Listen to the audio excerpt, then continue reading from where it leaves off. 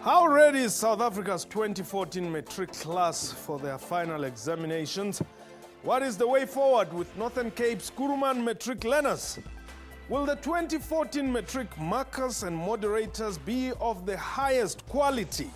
And are we likely to see a future increase on the current 30% matric pass mark?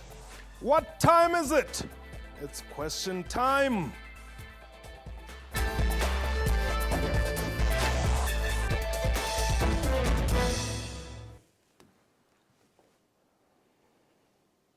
Hello and welcome. My name is Mpho Tsedu.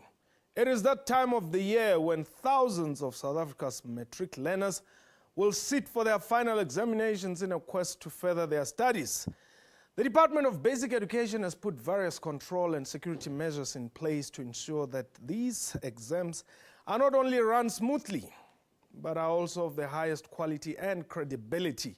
More resources are also being made available towards ensuring that these learners are ready to face the challenges of tertiary education. My guests are Elijah Mhlanga, Acting Chief Director, Media Liaison, the Department of Basic Education. Nombulelo Nyatela is from Equal Education and she's their spokesperson there. And joining us from our Sea Point studios is Mr. John Linus, Deputy Director General at the Department of Education in the Western Cape Province. Gentlemen, welcome, and lady, welcome also to the program. Now, let's start with the department. Mr. Mhlanga, you recently announced that the department is ready, 600,000 learners, some 65,000 invigilators. Just tell us more about that. The 2014 final examinations for grade 12 is a culmination of an 18-month process, which is the time that we take to prepare the grade 12 learners to write their final examinations. We have done everything that we needed to do. All the preparations that needed to be done have been done. We have checked our centers.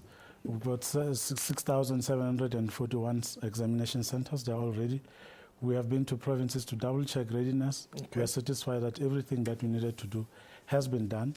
What we are hoping for now is that learners are also well prepared for the examinations to sit and write it, because it is them who are being tested. But the examinations is also a test to see if our system is still able to take this number of learners and this number of people across the provinces who are part and parcel of the administration of the final examinations. Mpumalanga has always provided a headache for the department. How secure is your system this time around? Mpumalanga has the best security system when it comes to the conduct of examinations. What you're talking about happened more than 5 years ago. Since the Department of Basic Education was established in 2009, we haven't had any problems. Okay, that is fine. Now, there was also talk lately of the, what do you call it, tolerance range. Yes. I just want you to explain just a little bit about that. You're saying what markers would have to be re-evaluated, they mark, and then the papers that they've marked are checked against what the moderators have awarded as the marks. What is the story there? A tolerance range that we're introducing this year is a measure of testing the markers that we have in the system. We have got 41,000 of them who will be marking this year. Last year we had 35,000. Okay. What we are doing this year is to introduce a measure which will enable us to check the qualification and the suitability of the markers that will be involved in the 2014 grade 12 marking of the scripts. We will have 7 million scripts, by the way, when the examination is done. Okay. What we are doing is we are testing the markers to see if they reach the minimum standards that we have put in place. So what we are doing is to introduce what we call a tolerance range. What they will do when they arrive at marking centers, they will be given sample scripts. These scripts they will have to mark, and we'll have to check whether they're within the range of the chief marker or the chief examiner. Okay. And once we see whether they are within the range or outside the range, then if they fail that test, it means if it's below that range, we will then have to give them another set of 10 scripts. They will mark again. If they're still outside that range, then we'll have to review their further involvement in the marking process, which means, in other words, that they will have to be replaced. Okay, let me just go down to Cape Town there and check with the Deputy DG. This is something which has been done in the Western Cape, if I'm not wrong, DDG? Yes, Paul, we have been applying rigorous moderation as well as testing the competency of the markers for the last 4 years. And so we are confident, and as we assure that the results are credible, we apply those measures. How different have the results been since you introduced this model, which obviously it would appear that the National Department has now adopted? Well, since 2009, our results have shown an upward trend, and so we are very satisfied that these the competency tests and the moderation that we apply have shown dividends. Okay. Let me come to you, Nombulelo. You are civil society. You've been very vocal, on a number of things which the department has been doing. Do you support the new system? I think it's great, and I think when this recommendation came out, it came out even as a policy position from the department. We're the first ones to welcome it. I think that if markers are strong, that they have nothing to fear, then they should just take the test. I mean, it's not.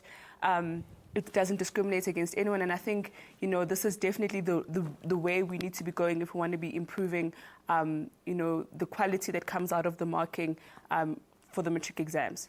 But is this not an acknowledgement that things have not been well? There's always going to be an acknowledgement. I think we always have to learn from everything from the past.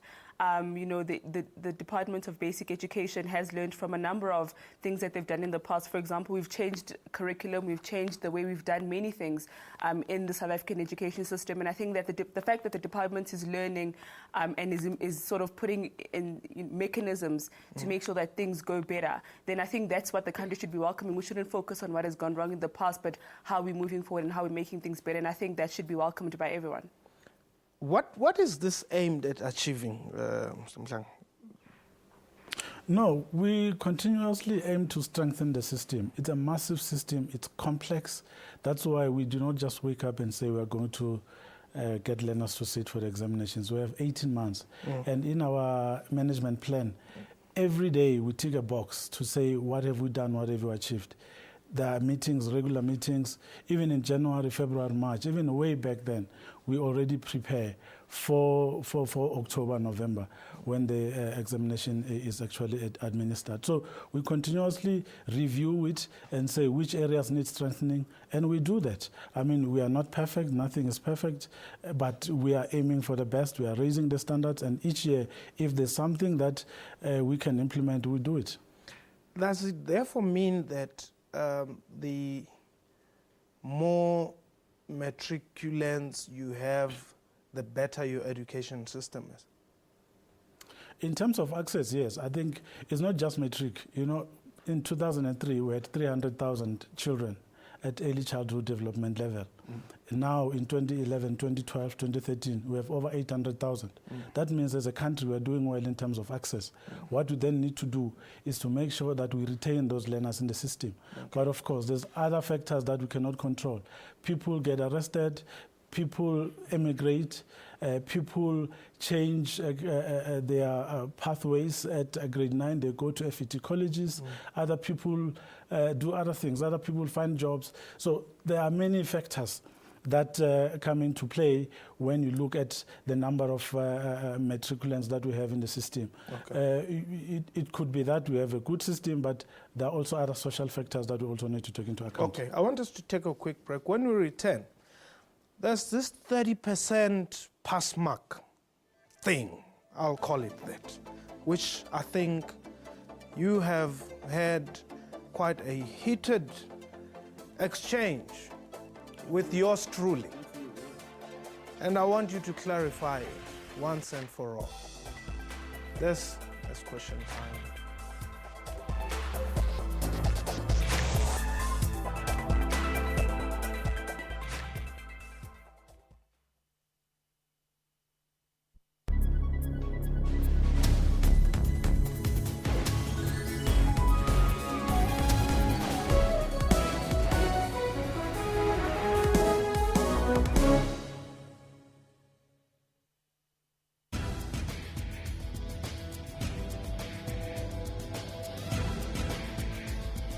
Technology is all around us and is improving lives across Africa, like how young Nigerians are connecting to the internet. There are doctors finding new ways to save lives in Cameroon, and the South African public transport system that is now getting Wi-Fi.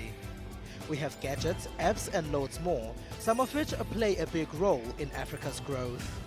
A huge part of this African growth is technological innovation. To find out a bit more about social media and technology news from here in Africa and abroad, join me, Phumelele Zondi, every Sunday at 7:30 p.m. on SABC News.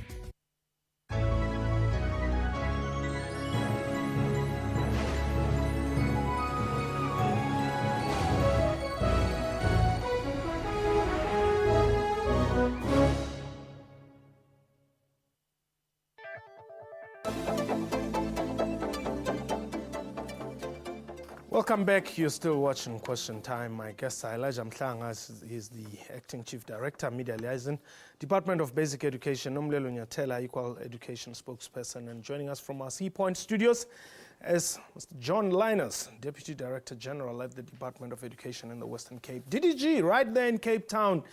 Let me just find out from you, this 30% pass mark, how does it work in that region? Well, it works the same all over the country, Mpo. We are aware that the National Department, the DBE, has appointed a national commission who's advising the DBE on this matter. But, you know, when you look at it, this matter of a 30% pass mark, the learners right now, the pass requirements are 30% in 3 written subjects and 40% in 3 other written subjects, including the home language. And the home language is a compulsory subject for the learner to take. So we are of the opinion that right now the pass requirements are better than in the past when it used to be 33%. So you're happy with this 30% and 40%? Well, we are happy with that, and we are awaiting the outcome of the National Commission to the Department of Basic Education.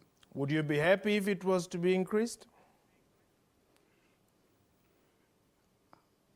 I would imagine that the citizenry will have an opinion about that, yes. So what is your opinion? Well, my personal opinion, having Not been personal, in education for a number of years, that there is not much difference between what we used to have when it was a 33% pass rate than what it is now, as I just explained. 3 subjects, 30%, and 4 subjects, 40%, including the home language. Okay. Why is the pass mark not 50 plus 1 or 50? Okay, let me first clarify something. In South Africa, if you get 30%, you failed. You will not go anywhere. Right. That's very important. But the other thing that I need to say to you is that there is no common pass mark for grade 12. there's 3 broad categories. There's higher certificate, there's diploma, and there's degree. And there are different minimum pass requirements for all 3. So this whole myth about 30%, I think is a creation of the media, who keep on perpetuating it. Even when we try to correct it, you are not listening. I'm listening. Tell me what exactly it is. Let's start with the degree. We are saying to you, for a degree, you need to get 50% and 40%. Then you go. For a diploma, you need 40% in 3 subjects, as the Mr. Lanas just said. And it's 40% and 30%. And for a certificate, then the minimum pass is 40% still in terms of language, as well as 2 or 3 other subjects, 30%. But let me also say that the learners, as you have it right now, they are not going for the minimum, they go for the maximum. If you check the 2013 figures in terms of passes, the learners went for the maximum. They got more than 50%, others even got 100. The number of learners that passed with the minimum was was less than 1%. So what you also need to ask yourself is that, what have you done as government since 94? Let's get this clear. I'm trying to tell you that if you go to check your matric certificate, you will find that back then when you wrote, the minimum pass was 25%, lower grade. That was the barest minimum. Right now, government has raised that, but the impression is created that, in fact, we've taken it down, and we've never done that. Yeah, but why are you benchmarking yourself against an apartheid government which intention was never to improve the lives of the majority of the people? The task team that the minister has appointed, which was chaired by Professor Brian O'Connell, had doctors as well as professors. These people work in education in higher education institutions. They are involved in admission of learners to university. They did a comparative study internationally to see where we are as a country. Their recommendation is that we need to increase it to 35%. But even there, they say that it's for certain subjects. Because remember, right now, we are offering 7 subjects as opposed to the 6 in the past. That is something that you also need to take into account. That study, the recommendations, by the way, it's 188 pages. It's on our website. If you can go read it, you will see the rationale for this. So we are not far off the international standards when it comes to the pass requirements for grade 12. Okay, so the 30% does exist. Internationally as well. It's not just South Africa. No. Let's talk about South Africa, Mr. Mhlanga. 30%, does it exist or not? It exists, but it's an improvement from what was there in the past. So as a but government, you see, we're making I have progress. a problem with you comparing yourself. You know, what you're saying. We are not comparing ourselves only from apartheid days. We are also comparing ourselves with other countries as of today. And we find that we are not far off from what other countries are doing in terms of pass requirements for grade 12. Let me get to you, Nomblelo. 30%, whether certificate or diploma or degree, does it reflect the level of intellect which learners are supposed to be tested on? I think we also have a problem with the obsession, particularly by the media and many other people, about the number. And I think what we're concerned about is the quality that the learners are getting, the quality of the education. So, for example, when the department recommended that if a test was being marked out of 100, and most of that paper was, for example, tested at a higher level, if there were scales, maybe tested at 5, and the rest of it tested at a lower level, that improves the cognitive ability of a learner. Yes. That's what we should be concerned about, the quality of the students that we're popping out of the education system. But furthermore, I think that, it's not an easy thing to just ask about, is 30% good, is 30% bad, is 78% matric pass rate mean that we have a great education system? We have to look at it against other things. The infrastructural development. Are the kids reading at the level they should be reading? The shift from learners who are doing maths to maths literacy, that shows a decrease in the quality of the learners. One more learners doing maths. Why is there such an increase in maths literacy? And I think that, we have to shift our conversation from the 30% to the quality of the learners that are coming out of the education system. And I beg of the media to do that. We're going to take a quick break. Please don't go away.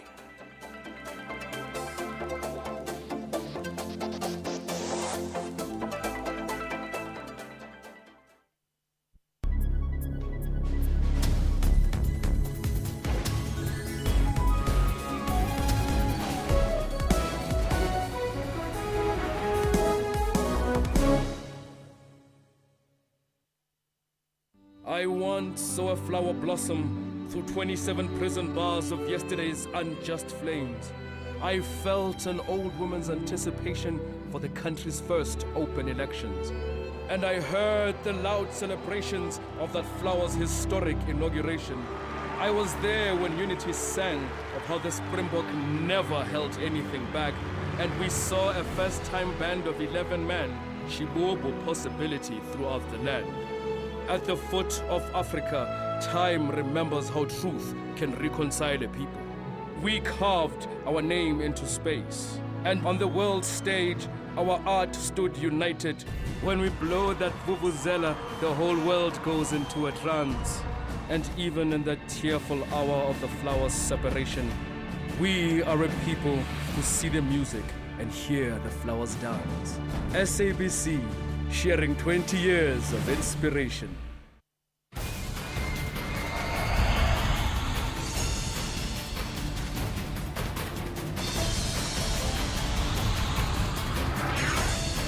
SABC News, we've got Africa covered.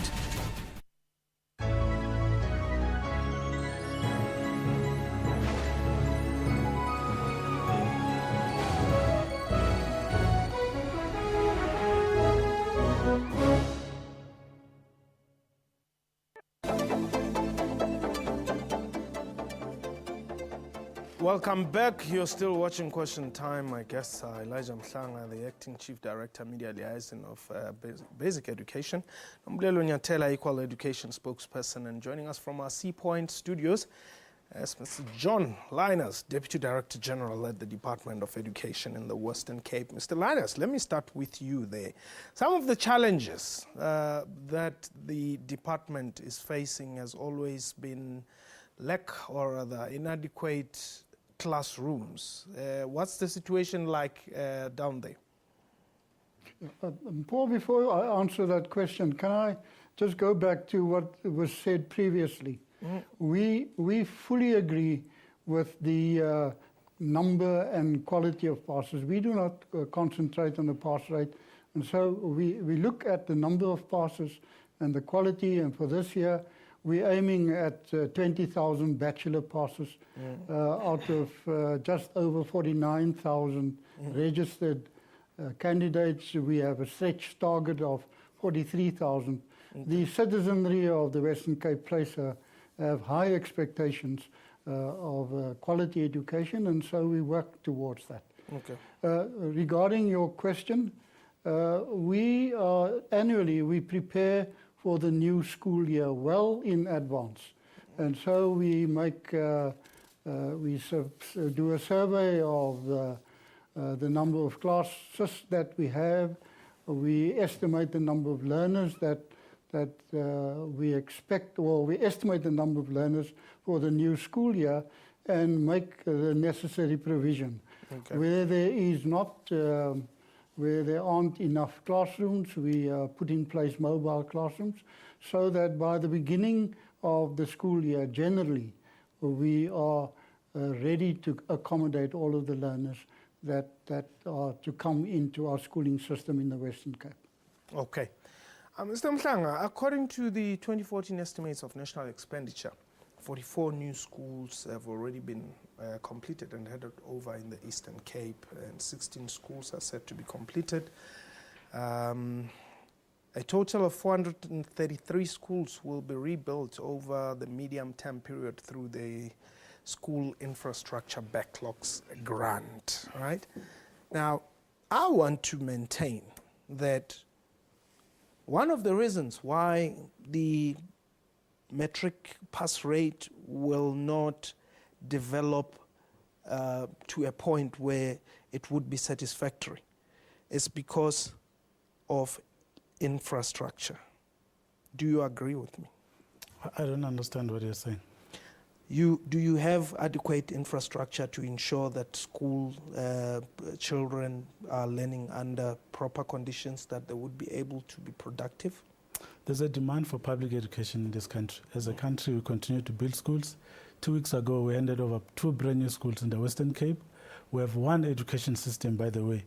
I see that you speak as though there's two different systems. One is in the Western Cape and another one elsewhere. Yeah, No, but I mean, they've we've been got applying systems which you are not applying in other other provinces areas. as well. We allow for provinces to make minor adjustments in certain areas because there are provincial dynamics that dictate certain things. Yes, but at the end of the day, the system is one. And as I'm saying, the Western Cape is one of those provinces that also did not have adequate infrastructure. Okay, we fine. handed over 2 brand new schools. But you're in the also Western handing Cape. over incomplete schools.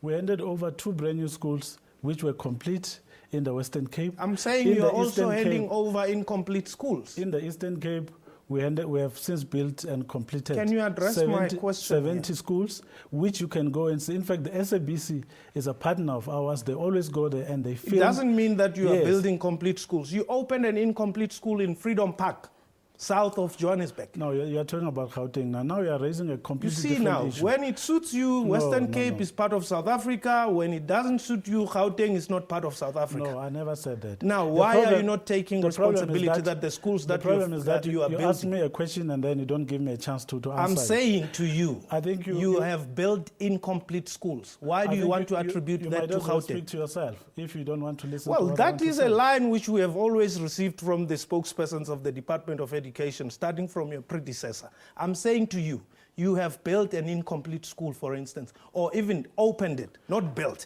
in Freedom I Park. think you don't understand how the system works. There's something called practical completion, which means the school can be used. And there's something that is called completion, where a school is now handed over to the community with everything having been done and all the checks and balances having been done. At the moment, Gauteng is the one province that is accepting the biggest number of learners in this province. We opened 24 brand new schools in Gauteng. Due to the demand, you find a lot of learners migrating to Gauteng. We are trying to create space in Gauteng because everyone wants to be in Gauteng. And the Western Cape, by the way, is the other province that is receiving the biggest number of learners. As a result, we are under pressure to make space for learners so that they can learn in a conducive environment. That's what we are doing. If you were to make time and engage the infrastructure team at the department, you'll understand how the system works. It's not how you understand it. You would then appreciate the fact that we are working hard as a department across the country to open brand new schools. Since 1996, we've built over 3,000 schools to make space for the demand that continues to put us under pressure. And we're working hard to do that. What is Okay. wrong with that? Probably there's nothing wrong with Exactly. it, Mr. Mhlanga. Thank you. I hope that within a no distance of a period from now, you will be opening complete schools that will be safe. No, we're handing for over. all. No, there's something. That's what Thank you I'm trying very to say much. to you. And There's thank you something to you as practical well. completion which you don't understand. I think that you need to do more research to inform yourself about how the system works because clearly you don't understand it. Thank you very much, Mr. Mhlanga. Sure. That was question time for today. A big thank you to my guest and to you for watching the show. Our email address, questiontime@sabc.co.za. Our Twitter handle @questiontime24. From me and the crew, have yourself a wonderful time. Goodbye.